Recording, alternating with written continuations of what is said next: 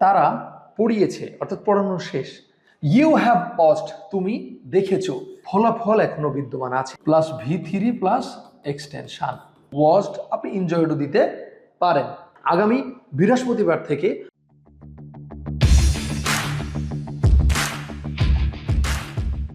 Hi there, আসসালামু আলাইকুম। আজকে আমরা কথা বলবো প্রেজেন্ট পারফেক্ট টেন্সটা নিয়ে।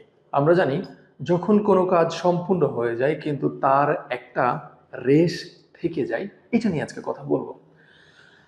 আমি খেয়েছি, দেখেন খাওয়া দাওয়া কিন্তু শেষ।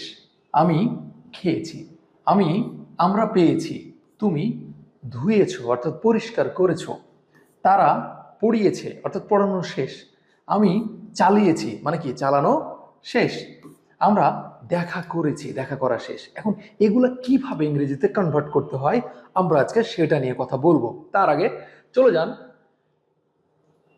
প্রেজেন্ট পারফেক্ট টেন্সের স্ট্রাকচারটা আমরা একটু দেখে নেব। তার আগে দেখে নিই কাকে বলে। বর্তমান কালে কোনো কাজ এইমাত্র শেষ হয়েছে কিন্তু তার ফলাফল এখনো বিদ্যমান আছে। হ্যাঁ, আমরা দেখলাম একটু আগে তুমি ধুয়েছো, তারা পড়িয়েছে।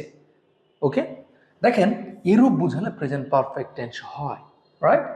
আমরা দেখছি শব্দের শেষে ইয়াছে ইয়াছে ইয়াছি এগুলো থাকছে, যেমন তারা পড়িয়েছে, আমি ধুয়েছি, আমি বাড়ি গিয়েছি, রাস্তা দেখেছি, কাজটি করেছি, ড্রাইভিং চালানো অর্থাৎ গাড়ি চালানো শিখেছি, গাড়ি চালানো শিখিয়েছি। এই দেখেন এগুলোই পাচ্ছি আমরা। ওকে, সে বেড়াতে গিয়েছে, রাইট? দেখছি সাবজেক্ট থাকবে, হ্যাভ হ্যাজ থাকবে, ভার্বের 3 নম্বর রূপ। ভার্বের 3 নম্বর রূপ মানে কি? গো, ওয়েন্ট, গান। এই যে ভার্বের 3 নম্বর রূপ, এটা নিয়ে আমরা কথা বলবো। যদিও আমরা জানি আরো দুইটা রূপ হয়, একটা হচ্ছে গোজ আর একটা হচ্ছে গোয়িং। যেখানে আমরা জানি ভার্বের মূলত 5টা রূপ হয়, আমরা সচরাচর পড়ি কয়টা? 3টা। আসেন দেখেন এখানে সুন্দর করে আমি আপনাদের জন্য একটা ছক এঁকে দিয়েছি। এই ছকটাকে কাজে লাগিয়ে যে কেউ চাইলে অনেকগুলো বাক্য বানাতে পারে। হ্যাঁ, অনেকগুলো বাক্য। যেমন আই হ্যাভ, কি আমার আছে, কি আছে? I have driven, I have driven, আমি কি করেছি? গাড়ি চালিয়েছি। অথবা আপনি বলতে পারবেন আই হ্যাভ ওয়াচড, আমি দেখেছি। কি দেখেছেন? A movie, a bridge, a river, যা খুশি আপনার ভালো লাগে। বলতে পারবেন সি হ্যাজ ওপেন্ড, সে কি করেছে? খুলেছে। ওপেন্ড আ বুক, সে একটা বই খুলেছে। সি ওপেন্ড আ লাইব্রেরি, একটা লাইব্রেরি খুলেছে।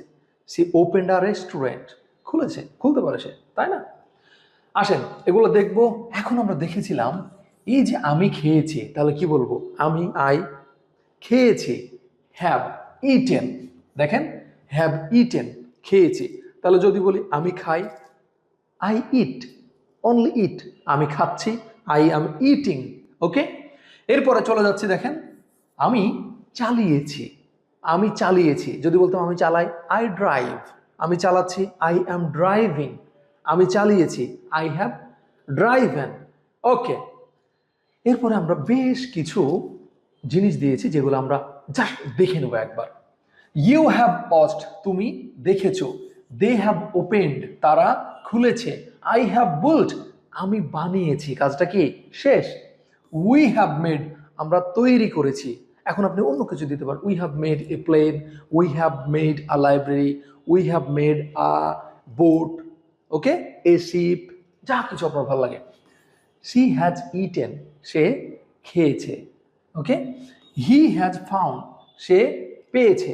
এখন এই যে আমরা এগুলো দেখছি, এগুলো কাজ করছে কিভাবে সেটা আমরা একটু দেখে নেব।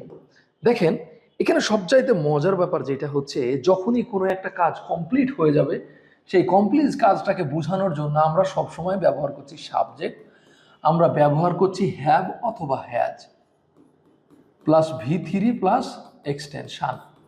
আমরা বারবার কিন্তু এই জিনিসটা লক্ষ্য করছি। যেমন আমরা যদি ছোট্ট করে বলতে চাই তারা বাড়ি বানিয়েছে, তাহলে বলবো তারা। দে বাড়ি বানিয়েছে, তাহলে বাড়ি বানিয়েছে, আগে বানিয়েছে এটা নেই, তাহলে দে হ্যাভ বুল্ট।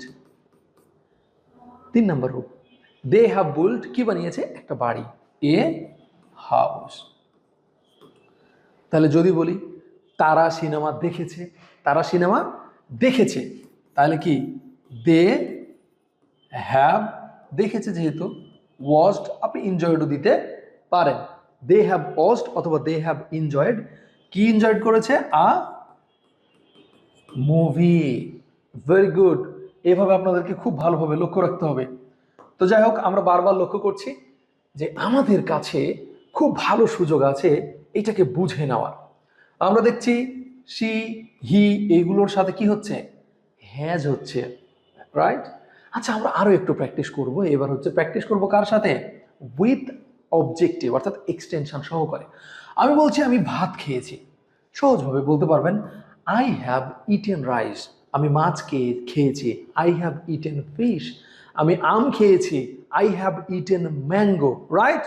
ওকে, তারপর বলছেন আমরা চাবিগুলো পেয়েছি। We have found, we have found the key. আমরা যদি বলি আমরা গাড়িগুলো পেয়েছি, we have found the car, right? এরপরে বলছেন তুমি তোমার হাত ধুয়েছো, পরিষ্কার করেছো, right? You have washed your hands. আমরা যদি বলি তুমি তোমার মাথা ধুয়েছো, you have washed your head. সহজভাবে দেখেন, পারফেক্ট যে ঘটনাটা ঘটছে এই কাজটুকু কমপ্লিট হয়ে যাওয়ার পরে আমরা এটা বলছি। কমপ্লিট হওয়ার আগে যদি বলতাম করছো, ধুয়েছো, ধুচ্ছ, এইগুলো যদি আমরা জাস্ট কন্টিনিউয়ের মতো করে বলতে যাই, আমাকে প্রেজেন্ট কন্টিনিউয়াসের কি করতে হবে? সাহায্য নিতে হবে, যেটা কিনা সাবজেক্ট প্লাস অ্যামিজার প্লাস ভার্বের সাথে আইএনজি প্লাস এক্সটেনশন ছিল।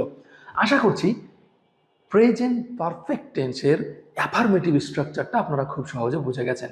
যাই হোক, নেগেটিভ ফরম্যাটে আমরা যাব। নেগেটিভ ফরম্যাটে গেলে ভিডিওটা বড় হয়ে যাবে, এই জন্য নেগেটিভ ফরম্যাটকে আমরা পার্ট 2 করব। তার আগে আমরা আরও কিছু উদাহরণ দেখে নিই।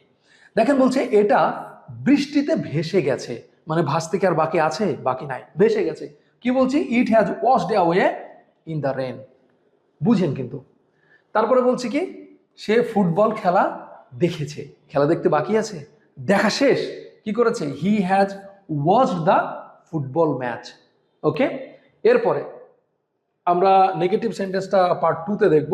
তো খুব সহজভাবে আমরা লক্ষ্য করলাম যে এইখানে যে ভিডিওটা আপনারা দেখছেন, অর্থাৎ প্রেজেন্ট পারফেক্ট টেন্স, আশা করছি আপনারা খুব সুন্দরভাবে এটাকে কাজে লাগাতে পারবেন। আর আগামী বৃহস্পতিবার থেকে আমাদের এইখানে গ্রিনফিল্ড ইংলিশে ইন্টারমিডিয়েট ফার্স্ট ইয়ারদের জন্য ফার্স্ট ব্যাচ সকাল 11টাতে শুরু হচ্ছে। সকলের জন্য শুভকামনা এবং পরবর্তী পাঠ দেখার জন্য আমন্ত্রণ জানিয়ে শেষ করছি। ইমাম হাসান, ঢাকা বিশ্ববিদ্যালয়। আসসালামু আলাইকুম।